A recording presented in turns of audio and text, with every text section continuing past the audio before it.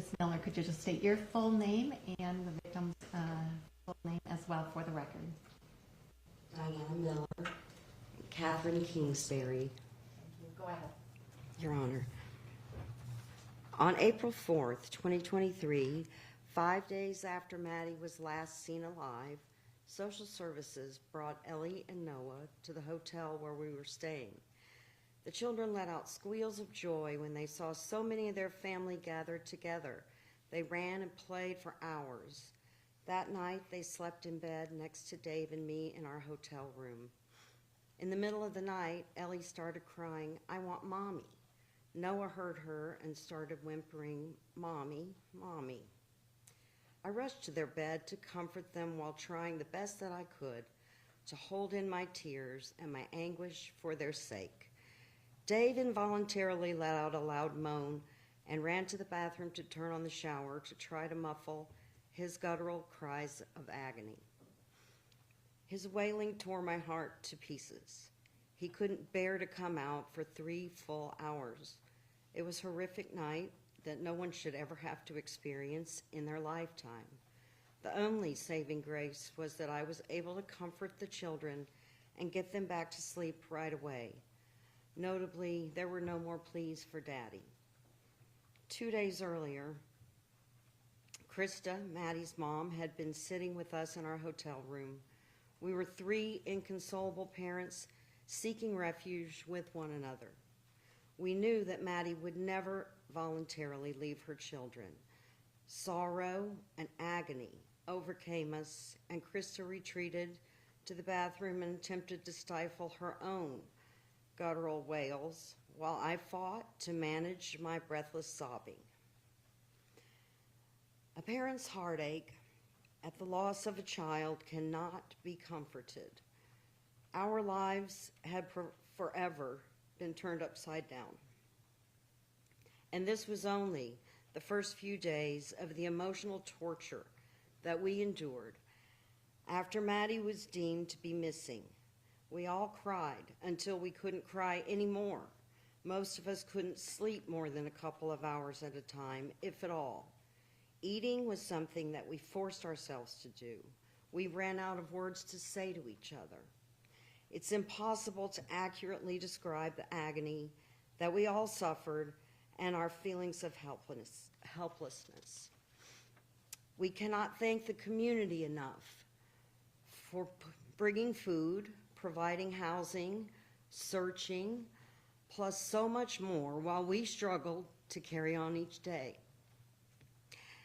Dave and I spent the first 6 weeks in Winona to be near where Maddie had last been seen alive. This was very important to us. We eventually had to make the difficult decision to leave for the sake of the children and to get them back to our own home and more normalcy.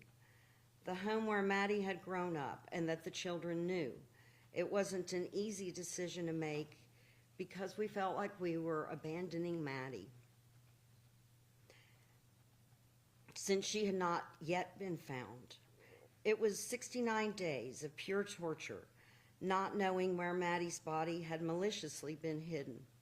She was out there in the snow, the rain, the heat, and yet Adam did not come clean, nor did he show any compassion or remorse. The heartache has been endless and compounded. On May 31st, 2023, we were back in Winona at a hotel, and we all eventually fell asleep. A few hours later, Ellie woke up and was unusually insistent that I lie down next to her, so I did. She held onto my arm so tightly that my arm went numb, but she went back to sleep. Noah was on the other side of the bed. He suddenly became distraught and restlessly started whimpering, "Mama, Mama," and extended one arm upwards as if reaching for something. He had not done this before. I checked my phone to see what time it was and saw that it was already after midnight. It was Maddie's birthday. We had not yet told the children that Mommy's birthday was that day. Possibly it was a coincidence that this happened. What do I know, though, and all too clearly, what I do know, though, and all too clearly, was the sick feeling I had in my stomach that night, and that this incident will forever be etched in my mind.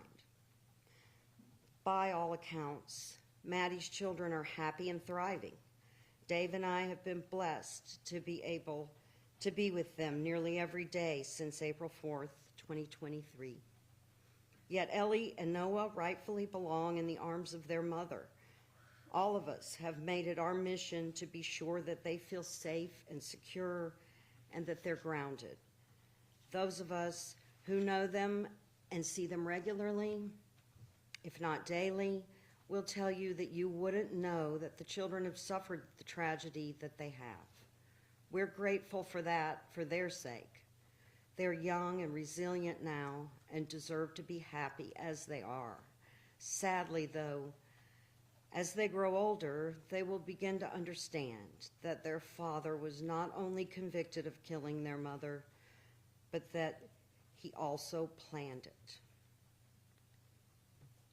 Maddie loved her children more than anything else on this earth. Her efforts to make sure that her children's future included their father were slashed by that very same father. I will never understand a father who could and did do this to his children. He took away a mother's love, the type of love that only Maddie could give them. The knowledge of this horror will haunt me forever. All that Adam had to do was walk away and let Maddie go. He chose not to do that. He chose evil over good, forever causing emotional harm to his own children. All of us in Maddie's immediate family, her extended family, and her friends will make sure that the children will grow up knowing their mother's love. It's the best that we can do, yet it will never be enough because we can't get her back, and she can't be with her precious children. Maddie was undoubtedly one of the most genuinely beautiful souls I've ever known in my life.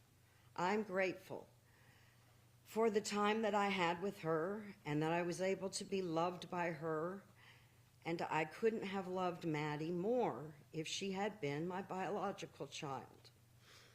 This spunky little spirit of a girl had my heart from the beginning.